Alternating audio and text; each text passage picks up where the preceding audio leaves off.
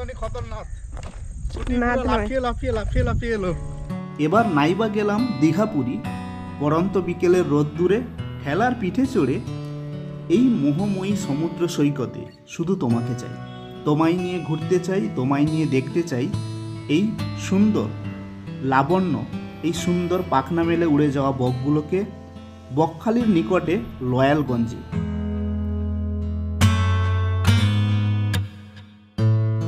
এখন আমি দাঁড়িয়ে আছি লালগঞ্জে, আর লালগঞ্জের এই জায়গাটা বকখালির থেকে একদমই আলাদা। এই জায়গার সৌন্দর্য সত্যি কথা বলতে গেলে পুরনো দিনের বকখালির মতন। বিস্তীর্ণ অঞ্চল জুড়ে ঝাউ বন, আর তার পাশেই রয়েছে শুটকি মাছের কারখানা, মানে শুটকি মাছ যেখানে শোকানো হয়।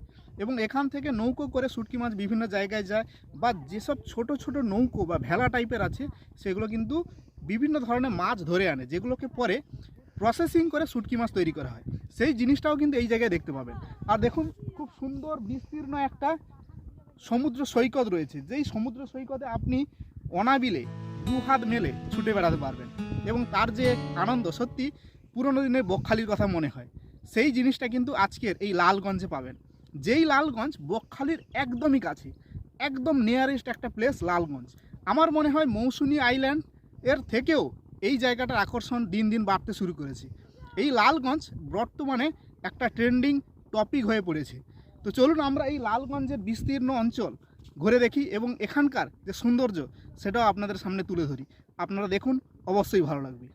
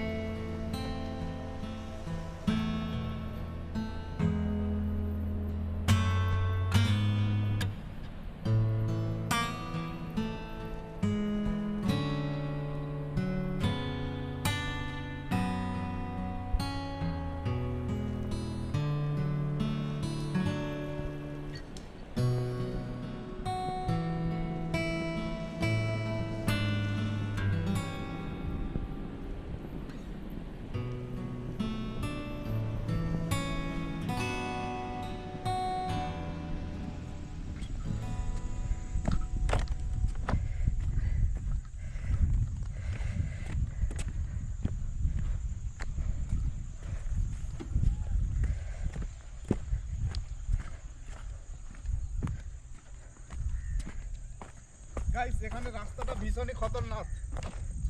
লাফিয়ে লাফিয়ে লাফিয়ে লাফিয়ে এলো। ঠিক আছে, দেখতেই পাচ্ছ আমরা চলে এসেছি লালগঞ্জ বিচে একদম কাছে। সি বিচ রয়েছে, তার পাশেই রয়েছে ক্যাম্প। তো চলুন ক্যাম্পের দিকে।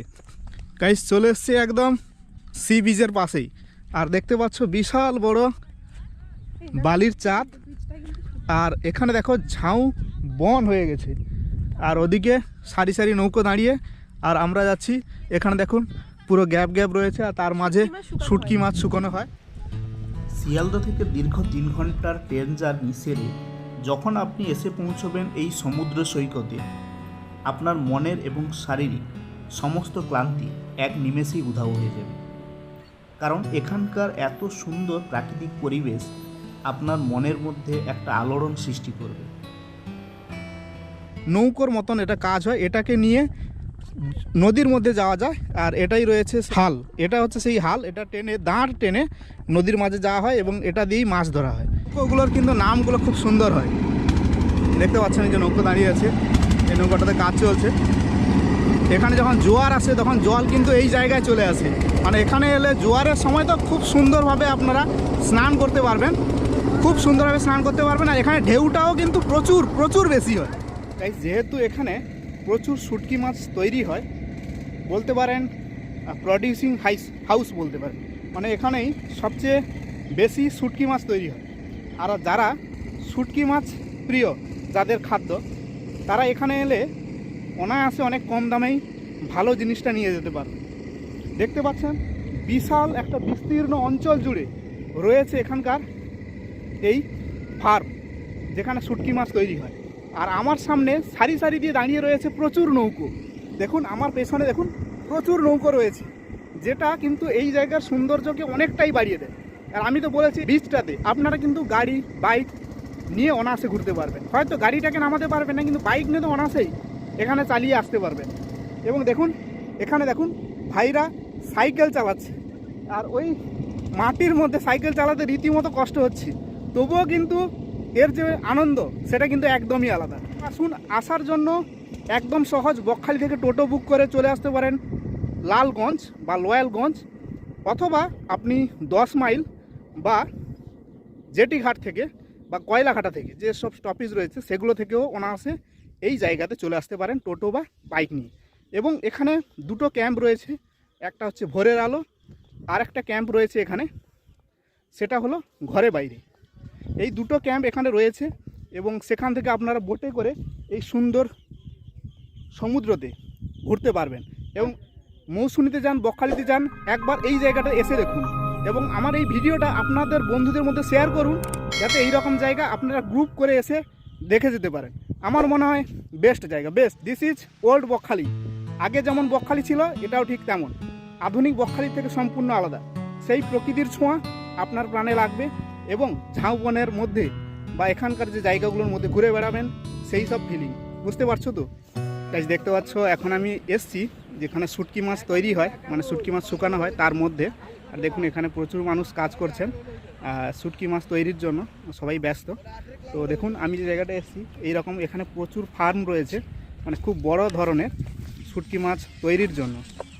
দেখতে পাচ্ছ চারদিকে শুধু শুটকি মাছই দেখতে পাবেন। এখানে কি করছে সেটা আমি দেখাচ্ছি একটু আপনাদেরকে।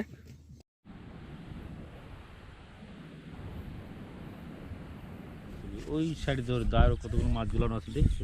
হ্যাঁ হ্যাঁ হ্যাঁ হ্যাঁ, ওইটা বেশ দেখতে পাচ্ছ এখানে শুটকি মাছ বাছাই চলছে, মানে বিভিন্ন ধরনের মাছ তো শুকানো হয়েছে, তারপর এগুলো কিন্তু বাছা হচ্ছে।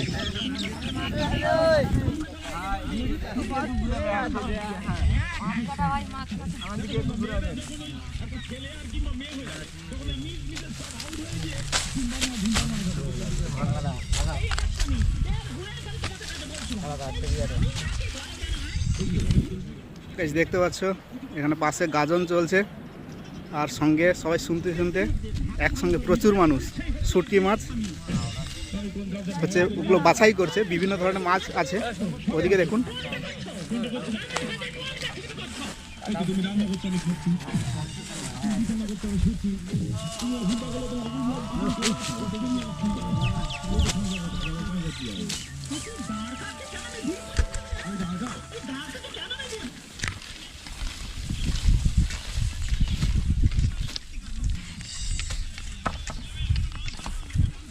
দূর থেকে ওখানে মাছগুলোকে, ফ্রেশ মাছগুলো কালেক্ট করা হচ্ছে, এখানে নিয়ে এসে আবার এখানে বিছিয়ে দেওয়া হচ্ছে রোদে শুকানোর জন্য, রো রো করে। আর পরে কয়েকজন সেগুলোকে আবার বিছিয়ে দিচ্ছে।